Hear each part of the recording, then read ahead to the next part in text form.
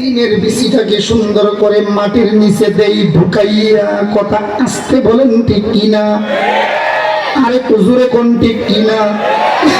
সিমের বিচি লাগাইলো মাটির নিচে, 2-4-5 দিন পর ফলাফল বের হয়। আরো জোরে কোন কোথায়? আমার তিলাওয়াতকৃত আয়াত সূরাতুন নাহলের ৯৭ নম্বর আয়াতের মধ্যে আল্লাহ বলেন, বান্দারে সিমের বিচি লাগাইলে মাটির ভিতরে আর রেজাল্ট বের হয় মাটির উপরে। এমনই ভাবে বান্দা তুই আমল করবে দুনিয়ায়, ফলাফল বের হবে কবর হাসর মিজান ফলসিরাতে। এ বাবা ভাইরা, কিতাবের নাম হায়াতুল হায়ান। এই কিতাবে আল্লামা কামালউদ্দিন দামিরি রাহমাতুল্লাহি আলাইহি লিখেন, কচ্ছপ চিনেননি আপনারা? কচ্ছপ আরো আসতে কোন চিনেননি? পানির মধ্যে দেখবেন মাথাটা বের করে করে ঘুরে ঘুরে চলে, কথা কোন ঠিক কি না? এই কচ্ছপ সরাসরি বাচ্চা জন্ম দেয় না, ডিম দেয়, ডিম পানির মধ্যে ডিম দেয়। কামালউদ্দিন দামিরি হায়াতুল হাইওয়ান নামক কিতাবের মধ্যে লিখেন, ডিম দেওয়ার পর আমরা জানি আমরা মুরগি যখন ডিম পারে ডিমের উপরে বৈশা গরম দেই, তাপ দেই। আমরা আঞ্চলিক ভাষায় কই দেওয়া, আপনারা কি কোন জানি না? হ্যাঁ হ্যাঁ, কি কোন কি কোন?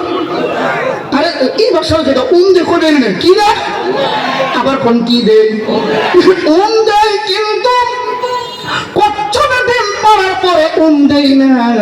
এর বাচ্চাটা কেমনে হয়? হায়াতুল হাইওয়ানে লেখা হয়, বোঝার জন্য আমি দেখাইয়া বলি। ডিমটা পারলো এখানে, কচ্ছপটা একটু দূরে আইসা এইভাবে আল্লাহর হুকুমে ডিমের দিকে তাকায়া থাকে।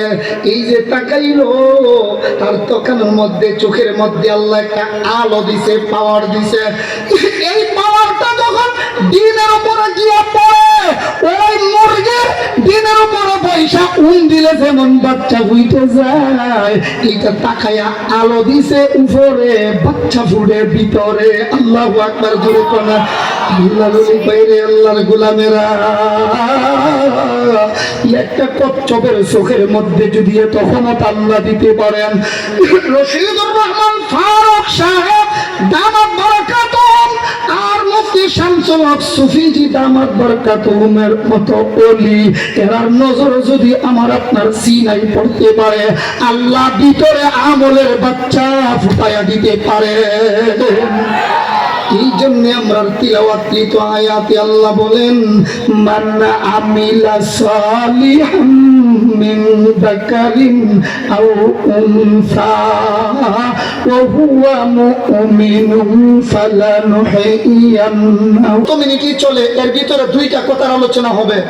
নেক কাজে পুরস্কার, বদ কাজে তিরস্কার।